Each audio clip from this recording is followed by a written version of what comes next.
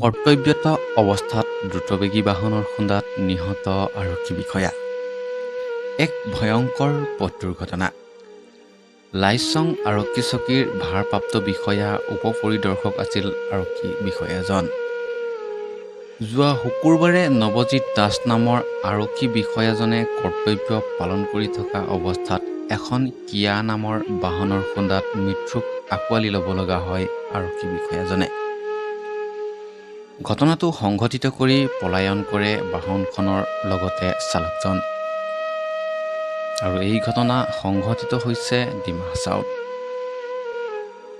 আমি আমাৰ চেনেলৰ তৰফৰ পৰা প্ৰশাসনক এটাই অনুৰোধ জনাইছোঁ যাতে দোষীক উচিত শাস্তি দিয়ে। লগতে নৱজিৎ দাসৰ আত্মাৰ সদ্গতিৰ বাবে ভগৱানৰ ওচৰত প্ৰাৰ্থনা কৰিছোঁ আৰু তেখেতলোকৰ পৰিয়ালক ভগৱানে শক্তি দিয়ক এই সময়খনত। বন্ধু বান্ধৱীসকল, আজিৰ ভিডিঅ'টো ইমানেই আছিল। আকৌ লগ পাম অন্য এটি ভিডিঅ'ৰ সৈতে। তেতিয়ালৈকে এৰিলোঁ।